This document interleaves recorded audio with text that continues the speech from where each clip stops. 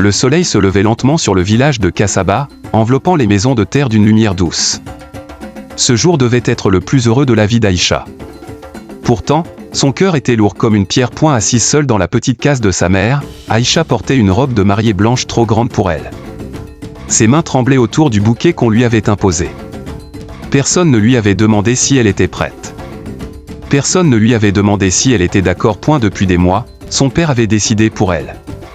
Le vieil homme qu'elle devait épouser, Bakary, était riche, respecté, propriétaire de plusieurs champs. Il avait l'âge de son père. En échange, la famille recevrait une dot importante. Pour son père, c'était une bénédiction. Pour Aïcha, c'était une condamnation. Ses larmes coulaient en silence pendant que les femmes du village la maquillaient. Elles chuchotaient entre elles, certaines avec pitié, d'autres avec jalousie. Aïcha pensait à Yao, le jeune homme qu'elle aimait en secret, pauvre mais honnête. Ils s'étaient jurés de s'aimer malgré tout, mais les traditions avaient parlé plus fort. Les tambours commencèrent à résonner. Le mariage allait commencer. Quand Aïcha sortit de la case, le village entier était rassemblé. Les chants, les danses, les sourires, tout semblait faux à ses yeux. À côté d'elle marchait Bakary, droit, fier, vêtu de ses habits de cérémonie. Il ne regardait même pas son visage en pleurs. Arrivé devant l'autel traditionnel, Aïcha sentit ses jambes faiblir. Au moment où l'ancien du village demanda si elle acceptait cette union, un long silence s'installa. Aïcha leva les yeux vers la foule. Ses lèvres tremblaient. Son cœur criait non, mais sa bouche resta muette. Autour d'elle, les regards étaient lourds, insistants. Sa mère pleurait en silence. Son père évitait son regard.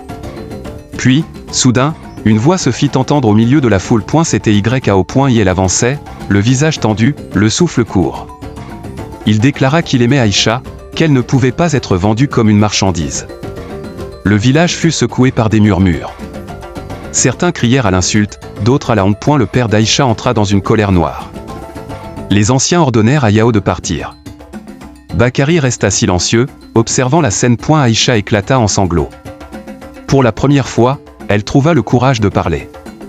Elle avoua qu'elle n'avait jamais voulu ce mariage, qu'elle aimait un autre homme, et qu'elle préférait mourir que de vivre sans amour. Le silence devint lourd. Bakary fit alors un pas en avant. Contre toute attente, il déclara qu'il refusait d'épouser une femme qui ne l'aimait pas.